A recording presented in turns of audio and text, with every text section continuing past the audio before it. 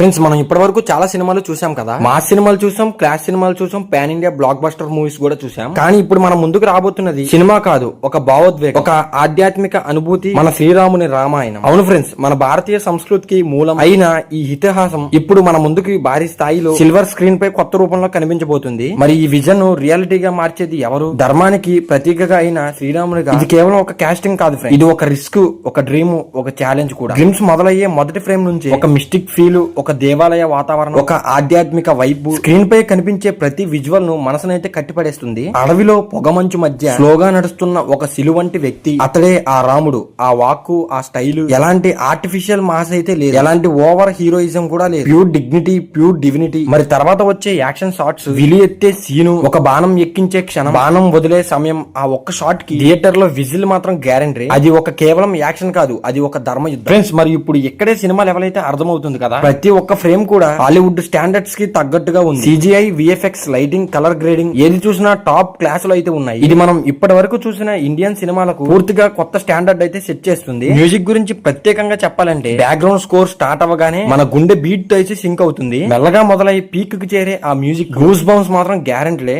ఇప్పుడు అసలు విషయం ఏమిటంటే రణబీర్ కపూర్ లుక్ చాలా సింపుల్, చాలా నేచురల్, కానీ చాలా పవర్ఫుల్ కూడా. ఆ కళ్ళలో కనిపించే ప్రశాంతత, ఆ ఫేస్ లో కనిపించే ధైర్యం, అది యాక్టింగ్ మాత్రం కాదు, అది ఒక జీవితం. ఎక్కడే బిగ్ సర్ప్రైజ్ ఏమిటంటే ఈ సినిమా కేవలం రాముడి కథ చెప్పడం మాత్రమే కాదు, మన విలువలు, మన సంస్కృతి, మన నమ్మకాన్ని ప్రపంచానికి చూపించబోతుంది. అందుకే ఇది పాన్ ఇండియా కాదు, పాన్ వరల్డ్ సినిమా. హాలీవుడ్ లెవెల్లో భారతీయ ఇతిహాసాన్ని చూపించే ప్రయత్నం ఇది. ఇంకా గ్లిమ్స్ లో చూపించిన యుద్ధ సన్నివేశాలు, సైన్యాలు, పెద్ద యుద్ధ భూమి, విజువల్ స్కేల్ చూస్తే ఇది ఒక సినిమా కాదు, ఇది ఒక ఎపిక్ ఎక్స్పీరియన్స్ అనే చెప్పుకోవాలి. ఫ్రెండ్స్, మీరందరూ ఒక్కసారి ఆలోచించండి. మన చిన్నప్పటి నుంచి విన్న కథ ఇప్పుడు ఇంత భారీ విజువల్స్ తో థియేటర్ లో చూస్తే అది ఎలాంటి ఫీలింగ్ ఇస్తుంది? మరి అదే ఈ సినిమా. ఈ గ్లిమ్స్ చూసాక ఒకటే క్లియర్, ఇది బాక్స్ ఆఫీస్ అయితే షేక్ చేస్తుంది, ఇది రికార్డ్స్ అన్నిటిని బ్రేక్ చేస్తుంది, ఇది ఒక హిస్టరీ కూడా క్రియేట్ చేస్తుంది. ఇప్పుడు మనం సరదాగా ఒక పంచి చెప్పుకోవాలంటే, రాముడు వస్తున్నాడు అధర్మాన్ని అంతం చేయడానికి, ధర్మాన్ని నిలబెట్టడానికి, మళ్ళీ ఒక మంచి యుగాన్ని మార్చడానికి. ఫ్రెండ్స్, మరి ఈ వీడియో మీకు ఎలా అనిపించిందో కామెంట్ చేయండి. రణబీర్ కపూర్ రాముడుగా మీకు సెట్ అయ్యాడా లేదా? మరి ఈ మూవీ ఎలా ఉండబోతుంది? మీ ఒపీనియన్ అన్ని కామెంట్లు అయితే కామెంట్ చేయండి. మరి ఈ వీడియో నచ్చితే లైక్ చేయండి. ఇలాంటి హైప్ వీడియోస్ కోసం మన సినీ లాజిక్ ఛానల్ అయితే సబ్స్క్రైబ్ చేసుకోండి. ఇంకా ఈ వీడియో చివరి వరకు చూస్తుంటే చాలా థ్యాంక్స్.